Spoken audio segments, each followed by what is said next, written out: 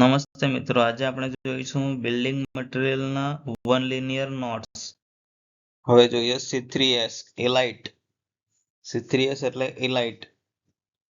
ટ્રાઇકેલ્શિયમ silicate. C3S એટલે tricalcium silicate. It provides early strength to cement. તે સિમેન્ટને early strength provide કરે છે. શરૂઆતની મજબૂતાઈ કોણ આપે? તો C3S. નેક્સ્ટ છે C2S એટલે બિલાઇટ ડાયકેલ્શિયમ સિલિકેટ.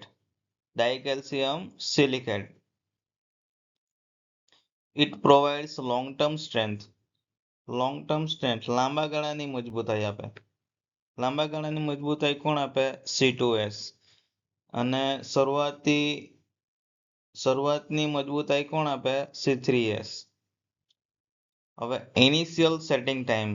નેક્સ્ટ છે ઇનિશિયલ સેટિંગ ટાઈમ એટલે એવો time when cement paste started to stiffen, minimum 13 minute. તો ઇનિશિયલ સેટિંગ ટાઈમ એટલે સિમેન્ટ પેસ્ટ કઠણ થવાનું શરૂ કરે તે ન્યૂનતમ સમય. સિમેન્ટ પેસ્ટ કઠણ થવાનું શરૂ કરે તે ન્યૂનતમ સમય 30 મિનિટ.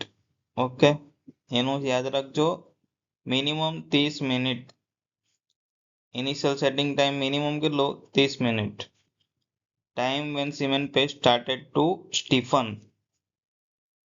નેક્સ્ટ છે final setting time. Time when cement paste completely loses plasticity, maximum 600 minute. 600 minute. Maximum 600 minute. Final setting time એટલે સિમેન્ટ સંપૂર્ણપણે પ્લાસ્ટિસિટી ગુમાવે તે સમય. સિમેન્ટ સંપૂર્ણપણે પ્લાસ્ટિસિટી ગુમાવે તે સમય. મહત્તમ મેક્સિમમ 600 મિનિટ. નેક્સ્ટ છે soundness of cement. Ability to retain volume after setting. Soundness of cement એટલે ability to retain volume after setting. Ability to retain volume after setting tested by Le Chatelier. Le ચાટેલિયરના વર્ડથી test થાય. Soundness test. Soundness of cement એટલે કે set થયા પછી volume સ્થિર રાખવાની ક્ષમતા કેટલીક છે તે. એટલે કે વોલ્યુમ ચેનની સામે પ્રોટેક્શન આપે. સેટ થયા પછી વોલ્યુમ સ્થિર રાખે એમ. વોલ્યુમ ચેન્જ નહીં થવા દે તે પ્રોપર્ટીને કહેવાય સાઉન્ડનેસ. તો ટેસ્ટેડ બાય લી ચાટેલિયર. લી ચાટેલિયર ટેસ્ટથી ચકાસાય છે. નેક્સ્ટ છે વિકર્ટ એપાર્ટસ. વિકર્ટ apparatus used to find setting time and consistency of cement.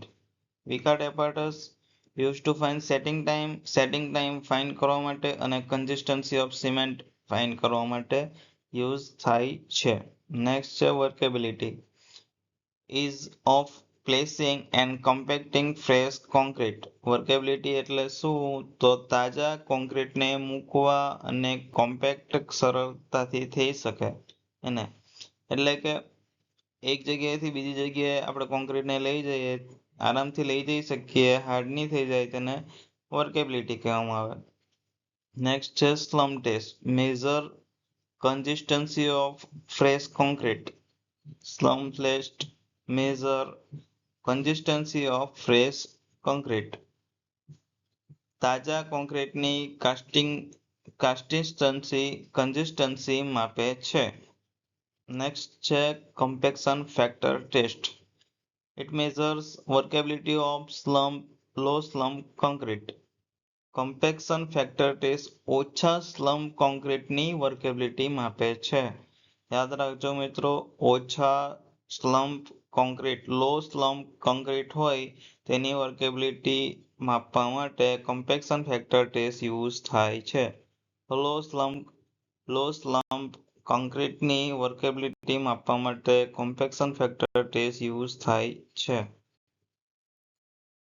Next છે segregation. It separates of 4 segregate from mortar in fresh concrete. Segregation એટલે તાજા કોન્ક્રીટમાં મોટા એગ્રીગેટ અલગ પડી જાય તેને કહેવામાં આવે છે સેગ્રીગેશન. તાજા કોન્ક્રીટમાં એગ્રીગેટ અલગ થઈ જાય તેને સેગ્રીગેશન કહેવામાં આવે છે. નેક્સ્ટ છે bleeding. Water rising to surface of freshly placed concrete.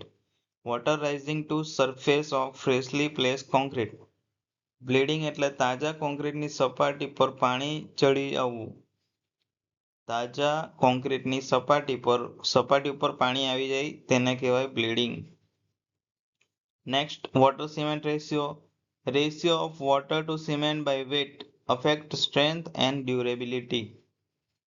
Water cement ratio પાણી અને સિમેન્ટનું વજન પ્રમાણેનું પ્રમાણ મજબૂતી અને ટકાઉપણું નક્કી કરે છે. એટલે કે કોનો રેશિયો વોટર ટુ સિમેન્ટ કોના પ્રમાણમાં તો બાય વેટ. અફેક્ટ સ્ટ્રેન્થ અને ડ્યુરેબિલિટી અફેક્ટ કરે વોટર સિમેન્ટ રેશિયો, યાદ રાખજો. નેક્સ્ટ છે curing. Maintaining moisture and temperature for hydration of cement. Curing સિમેન્ટના હાઇડ્રેશન માટે ભેજ અને તાપમાન જાળવવાની પ્રક્રિયા. સિમેન્ટના હાઇડ્રેશન માટે ભેજ અને તાપમાન જાળવવાની પ્રક્રિયાને ક્યુરિંગ કહેવામાં આવે છે. Grade of concrete. Specified characteristic strength. Example M25 = 25 N/mm². એટલે કોન્ક્રીટની નિર્ધારિત મજબૂતી જેમ કે M25 25 N/mm², એને કહેવામાં આવે ગ્રેડ ઓફ કોન્ક્રીટ. નેક્સ્ટ છે mix design. Process of selecting proper zone for concrete ingredient. Process of selecting proper zone for concrete ingredient. કોન્ક્રીટના ઘટકોના પ્રમાણ નક્કી કરવાની પ્રક્રિયા. કોન્ક્રીટના ઘટકોના પ્રમાણ નક્કી કરવાની પ્રક્રિયા. નેક્સ્ટ છે nominal mix. Fix proportion mix. Example 1:2:4. નક્કી કરેલા પ્રમાણમાં મિશ્રણ જેમ કે 1:2:4. નેક્સ્ટ છે design mix. Proportioning based on material properties and exposure. સામગ્રીના ગુણધર્મો અને પરિસ્થિતિ પ્રમાણે પ્રમાણ નક્કી કરવું. સામગ્રીના ગુણધર્મો, મટીરિયલના ગુણધર્મો અને પરિસ્થિતિ પ્રમાણે પ્રોપોઝન નક્કી કરવું, એને કહેવાય ડિઝાઇન મિક્સ. નેક્સ્ટ છે target mean strength. It requires average strength is equal to FCK plus 1.65 sigma.